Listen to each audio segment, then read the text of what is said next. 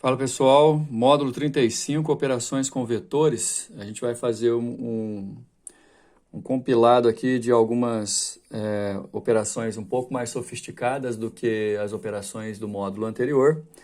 Lembrando que é importantíssimo você saber a definição de vetor, diferenciar uma grandeza vetorial de uma grandeza escalar, saber que as operações com vetores não são necessariamente ou não seguem necessariamente a mesma lógica do que as operações com escalares.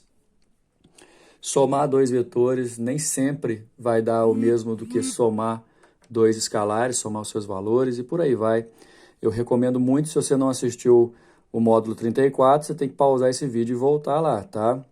Bom, as operações desse vídeo, dessa aula, vão girar em torno de multiplicar um vetor por escalar, fazer o vetor oposto, fazer diferença de vetores e depois, até que a parte principal desse nosso módulo, falar sobre decomposição de vetores, né? Um vetor gerando dois resultados ou dois efeitos, vamos dizer assim, ok? Bom, essas três primeiras estão aqui na mesma tela, inclusive, porque são operações realmente bem mais simples do que a quarta e principal de todas, mas vamos prestar atenção nelas, olha só. Multiplicação de um vetor por um escalar. Um escalar é um número qualquer, vamos dizer assim, tá? Basta você multiplicar o módulo, por exemplo. E outra coisa, né? Lembra da aula passada que módulo é o tamanho. Então, se você multiplica o módulo, você também vai ter que multiplicar o tamanho, obviamente, sem mexer na orientação, sem mexer, sem alterar direção, sem alterar sentido. Olha o vetor V1 nessa inclinação. Olha o vetor 2V1. Né? A minha ideia aqui é mostrar para vocês que ele continuou com a mesma inclinação, porém o tamanho dele dobrou. Por quê? Porque quando você multiplica por um escalar, nesse caso o escalar aqui é o 2, o módulo fica multiplicado, portanto o tamanho também vai ficar multiplicado, certo? O vetor oposto é como se você estivesse multiplicando aquele vetor por menos 1, na verdade. E aí o seu valor não vai alterar, mas vai inverter o sentido. Dá uma olhada dessas duas situações. O vetor V1 nessa inclinação, com esse tamanho, eu tentei desenhar com o mesmo tamanho, só que com a mesma inclinação, porém apontado para cima, enquanto o V1 era para baixo, o menos V1 é para cima, olha só. Então, vetor oposto, como o próprio nome diz, só vai ter o sentido oposto ao primeiro, beleza? A diferença entre dois vetores, embora, pessoal, diferença é o nome que a gente dá para subtração, mas a gente não faz subtração de vetores. Subtrair dois vetores, na verdade, é somar o primeiro ao oposto do segundo. Então, por exemplo, fazer V1 menos V2 é a mesma coisa que fazer V1 mais o oposto de V2. E o oposto é igual a gente viu aqui, né? É só trocar o sentido. Então, assim, dá só uma olhada no V1, dá só uma olhada no V2. Se eu quiser fazer V1 menos V2, eu vou manter o V1, olha só. E o V2 eu vou ter que inverter. E aí eu faço a resultante normal, igual da aula passada. Decompor vetores é você analisar um vetor em si e qual seria o seu resultado nas direções horizontal e vertical, mesmo que ele não seja horizontal e vertical. Aliás, para vetores inclinados, você vai usar muito isso, essa questão de achar a componente horizontal ou a componente vertical do vetor. Até porque quando o vetor é horizontal, ele já é uma componente horizontal, ele não tem componente vertical. Se o vetor é vertical, ele também vai ser só vertical, ele não tem componente horizontal. Agora, quando ele é inclinado, qual que é a ideia, pessoal? Presta bem atenção. Imagina que esse é o vetor de origem. No pé dele aqui, ó, você vai traçar os eixos coordenados. Os eixos do plano cartesiano, x, y. E aí, necessariamente, a origem do plano cartesiano na origem do vetor aqui, tá vendo? Então, é como se tivesse esse vetor V1, você desenha o plano cartesiano. E ao desenhar, você já tem uma situação aqui de que o vetor V faz uma inclinação com o eixo X, inclusive essa inclinação é utilizada para dar a orientação, né? Direção do vetor V. Tá aqui a inclinação dele é alfa. E aí é o seguinte, para você fazer a componente horizontal dele, você vai projetar na horizontal e ver quanto que deu de distância até a origem, certo? Ajeitar aqui.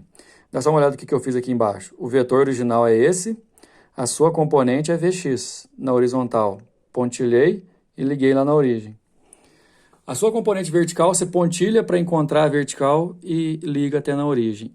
Quer dizer, Vy e Vx são efeitos separados do V, são componentes separadas do mesmo vetor V. A partir do momento que você decompõe um vetor, você está olhando para um vetor, mas para os seus efeitos de forma separada. Esse vetor inclinado, ele tem efeitos horizontais, horizontal e vertical ao mesmo tempo.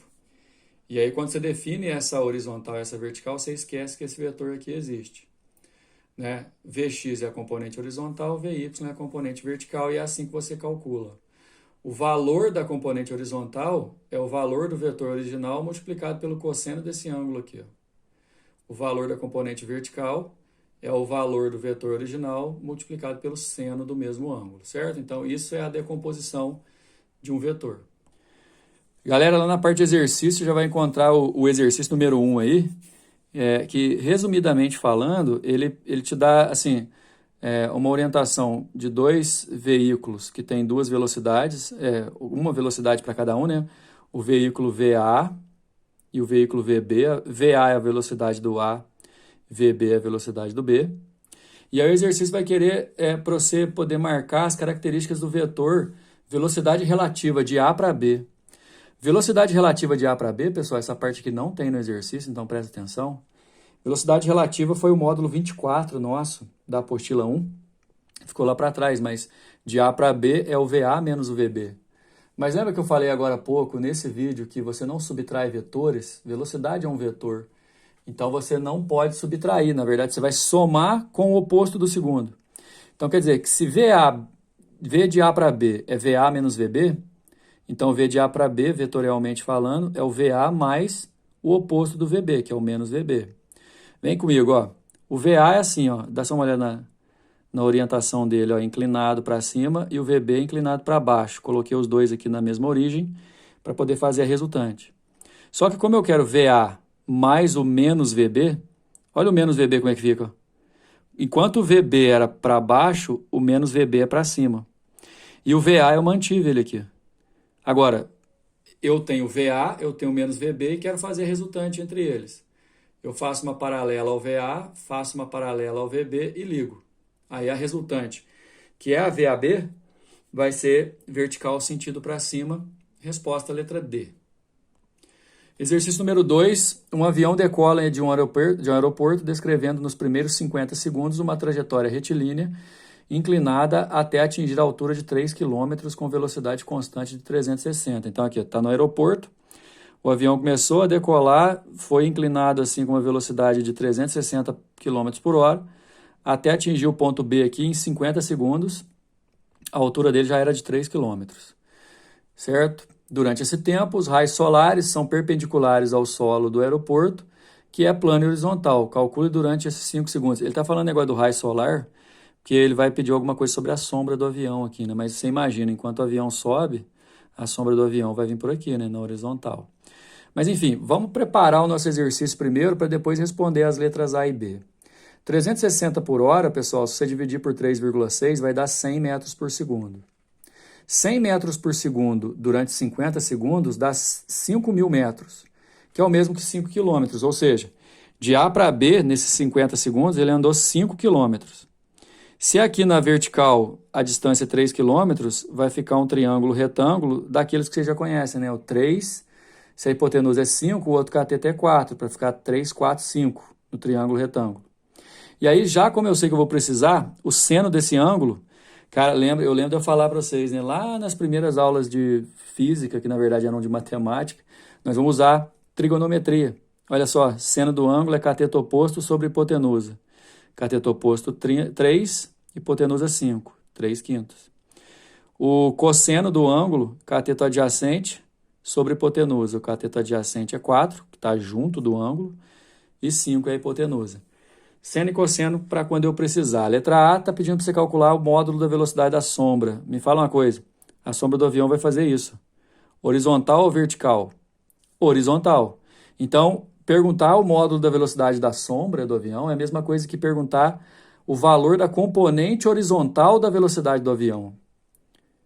Componente horizontal é Vx, que é o valor da velocidade vezes o cosseno do ângulo. Vx é o valor da velocidade, que é 100, né? Lá eu já tinha transformado, vezes o cosseno, que é 4/5. 400 por 5 dá 80, a velocidade da sombra, 80 metros por segundo. Ou 288 km por hora, se você quiser colocar aí também. O VY da letra B é porque ele quer o módulo da velocidade de ascensão, componente vertical da velocidade, galera. Componente vertical é VY. VY é o valor do vetor original vezes o seno do ângulo.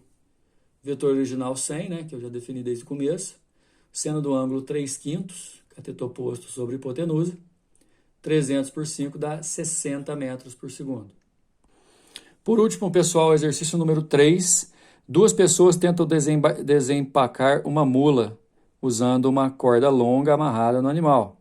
Uma dessas pessoas faz uma força FA de 200 newtons. Imagina que a mula está aqui no ponto P e a pessoa amarra e está fazendo uma força de 200 para puxar a mula. E a outra força que a outra pessoa faz, o exercício está chamando de FB.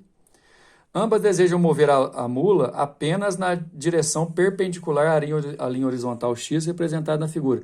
Eles querem que a mula venha para cá. Ó. Quer dizer, ele só quer ter uma resultante na vertical.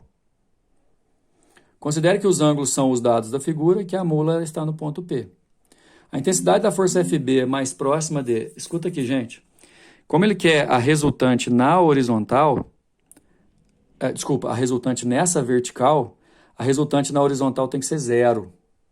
Então, ó, a força resultante tem que ser vertical. Então, não pode ter nada na horizontal, a horizontal tem que ser nula. Para anular, pessoal, a força que a pessoa B faz, ela vai gerar um FBX na horizontal aqui para a direita. A força que a pessoa A vai gerar um FAX aqui, ó, horizontal para a esquerda. Para não ter nada na horizontal, para a horizontal ser nula, esses dois vetores aqui, ó, eles têm que se anular. E a gente viu lá na propriedade do anulamento, módulo 34. Quanto que dois vetores se anulam? Apesar de aqui não ser vetores, né? Serem componentes. Mas, enfim, essas duas setinhas vão se anular quando? Quando elas são opostas, e já são, e quando seus valores forem os mesmos. Então, por isso que a minha resolução vai girar em torno disso aqui, ó. A componente horizontal do A tem que ser igual à componente horizontal do B, porque são opostas para uma anular a outra. Só que a componente horizontal do A é o A vezes o cosseno do ângulo, que é 30. A componente horizontal do B é o B vezes o cosseno do ângulo, que é 60. Então, vamos lá, o FA vale 200, o cosseno de 30 é raiz de 3 sobre 2, né? Ou então você já podia ter colocado o valor aqui, né? O FB, eu não sei, o que o exercício está perguntando, e o cosseno de 60 é meio. Nem sempre o exercício vai fornecer, viu, gente? Porque 30 aqui é igual, ele não ofereceu de 60, né? Você tem que saber esses ângulos aí. Você pode cortar esse 2 aqui, o FB vai ser 200 vezes raiz de 3, que se você multiplicar aproximadamente 348 newtons, né? Se eu quero uma resultante na vertical, a resultante horizontal tem que anular. Para anular, os opostos têm que ser iguais em valor. E aí eu igualei e achei a resposta. Valeu? Até a próxima.